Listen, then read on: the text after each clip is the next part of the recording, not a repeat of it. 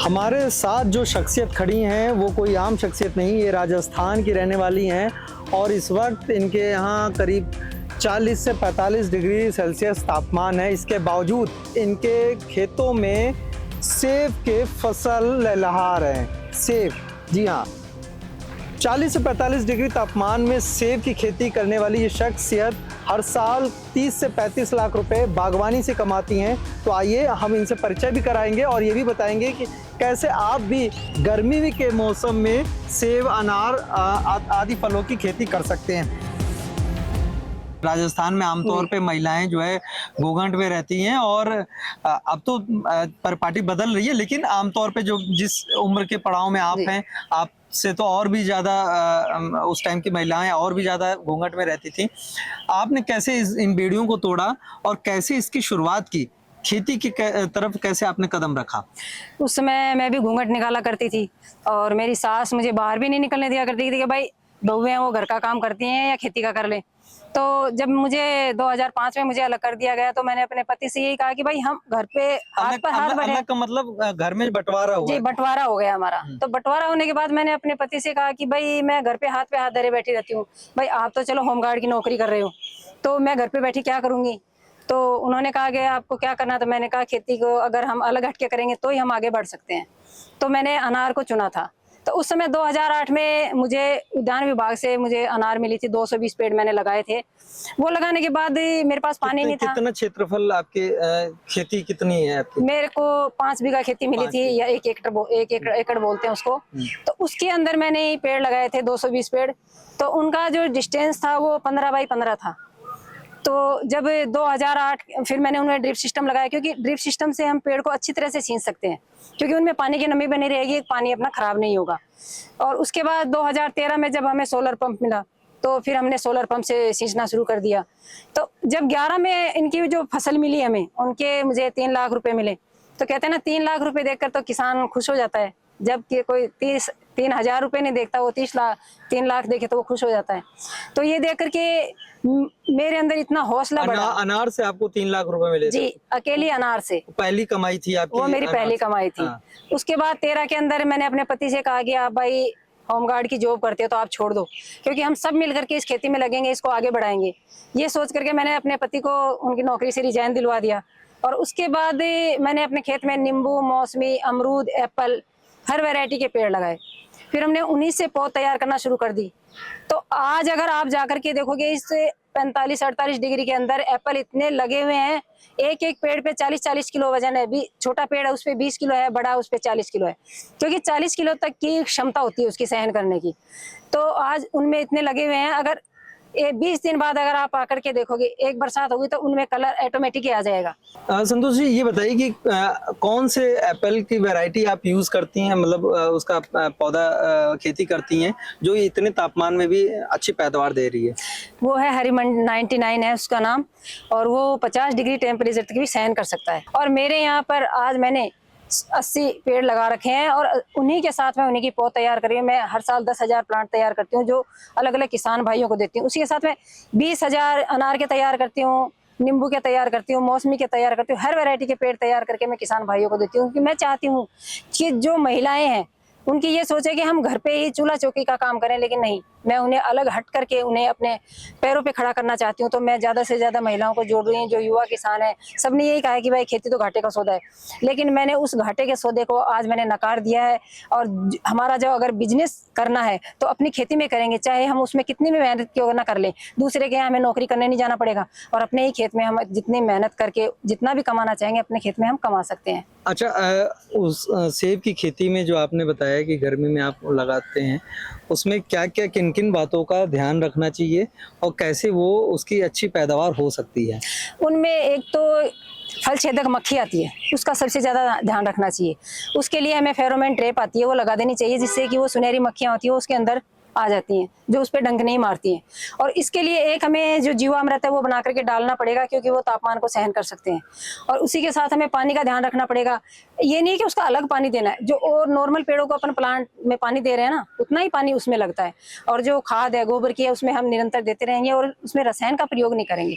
यही हमें करना है। और इसके साथ हम मतलब उसमें आप जो जिस एप्पल की बागवानी करती हैं जी। उसमें केमिकल का यूज बिल्कुल नहीं करती? जी, हम किसी भी पेड़ में केमिकल नहीं डालते, हम रसायन को हमने बिल्कुल त्याग रखा है, क्योंकि शुरू में जब हमने पेड़ लगाए तो खाने के लिए पैसे नहीं हो तो रसायन कहाँ से लाएंगे। तो मैंने अपने खेत में ही जो नीम, आक, धतूरा था उसके वो डाल करके खाद बनाई, गाय का गोमूत्र है उसमें पेस्ट बनाया, नीम, आक, धतूरा डाल करके, हल्दी डाल करके उसका स्प्रे किया।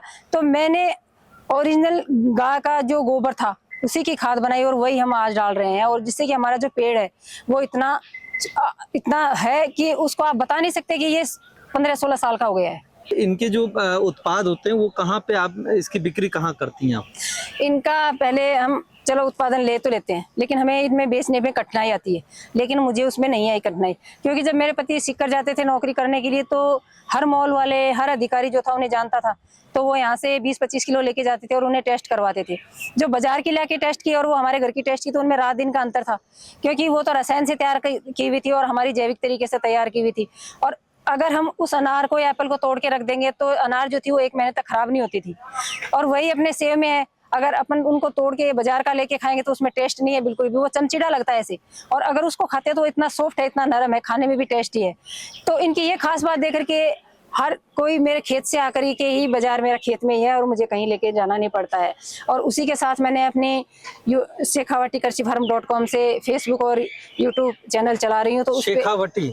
जी, शेखावटी कृषि फार्म.com से यूट्यूब चैनल और फेसबुक चला रही हूँ, जिसपे हर एक किसान भाई मुझसे जुड़ा हुआ है और वो हर चीज देखता रहता है और उससे मुझे कॉल आते रहते हैं। अगर आप अपना नंबर शेयर कर सकते हैं, जो हमारे दर्शक हैं, जो किसान भाई हैं, जो आपसे कुछ समझना चाहते हैं एप्पल और अनार की फार्मिंग के बारे में वो जानना चाहते हैं, तो कैसे आपसे संपर्क कर सकते हैं? वो मेरा मोबाइल नंबर है 7737 029 29 2। इस पे मुझसे संपर्क कर सकते हैं। और मैं चाहूँगी कि जो किसान भाई आता है उनको मैं फ्री में ही अपने यहाँ ट्रेनिंग देती हूँ कि उन्हें किस तरह से पेड़ लगाने हैं, किस तरह से उनमें खाद डालनी है, वो हर प्रक्रिया मैं फ्री में उन्हें बताती हूँ। एक एप्पल का पौधा जो है फल देने लायक कब तक कितने दिन में हो जाता है, कितने साल, जो भी उसका टाइम वो लगता है, वो कितने दिन में तैयार होता है?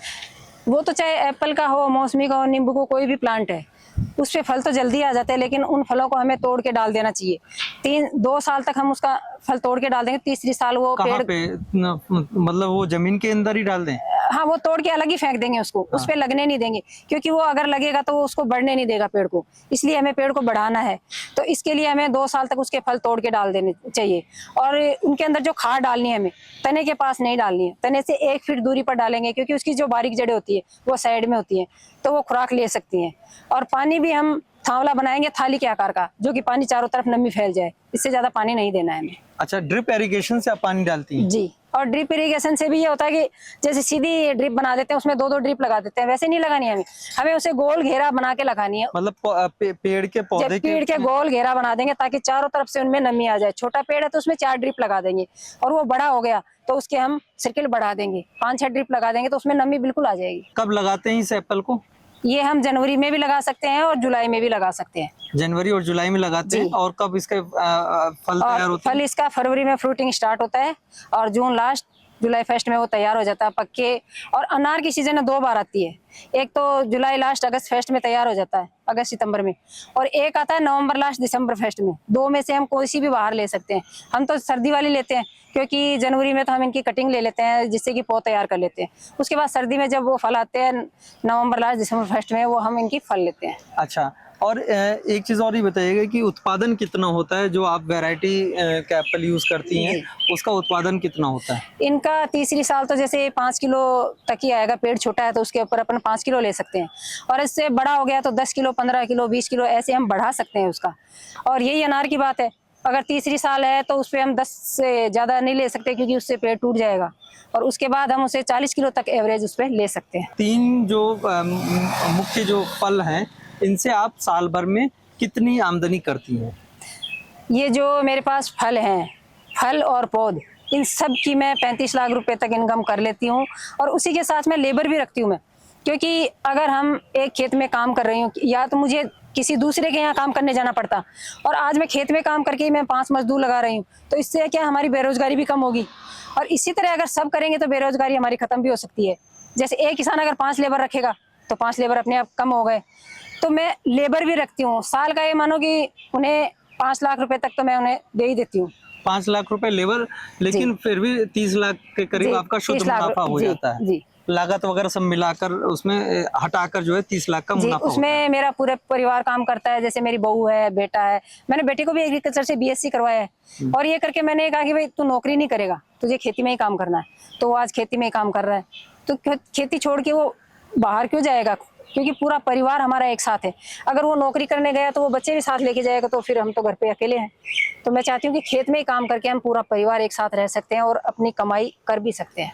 उसी के साथ अपना नाम भी है, क्योंकि मुझे इतने अवार्ड मिले हैं। मैं आपको बताऊं, मुझे साइंटिस्ट की उपाधि दी गई है, क्योंकि मैं 10th क्लास तक पढ़ी थी, लेकिन मुझे किसान वैज्ञानिक की उपाधि मिली और मुझे 1 लाख रुपए का जैविक खेती पे अवार्ड मिला। और माननीय जी वसुंधरा जी ने मुझे सम्मानित किया। और कहते हैं ना कि कृषि वैज्ञानिक प्रभुलाल सैनी जी थे 2016-17 में हमारे राजस्थान के, तो वो उन्होंने भी मेरे खेत में विजिट किया। तो उन्होंने अनार को देख करके यही कहा कि भाई आपने तो कश्मीर बना रखा है इसको। तो मैं ये चाहती हूँ कि अगर एक किसान अपनी उसी खेती में काम करके अपना इतना नाम कमा सकता है, तो उससे बड़ा कोई नहीं हो सकता है। बहुत बढ़िया, बहुत बेहतरीन तरीके से आपने समझाया संतोष जी। संतोष जी उन करोड़ों, देश की उन करोड़ों महिलाओं के लिए नज़ीर हैं, मिसाल हैं, जो अपने घर की दहलीज को पार करने में हिचकिचाती हैं, जिनके घर वाले उन्हें रोकते हैं। संतोष जी ने ऐसा कमाल कर दिया है, राजस्थान से आने वाली हैं और राजस्थान में खेती के जरिए वो हर साल 35 लाख रुपए कमाती हैं। संतोष जी ऐसी करोड़ों महिलाओं के लिए एक मिसाल साबित हुई हैं। ऐसे ही रिपोर्ट्स देखने के लिए गांव जंक्शन को सब्सक्राइब करना मत भूलें। गांव जंक्शन के लिए हिमांशु मिश्र।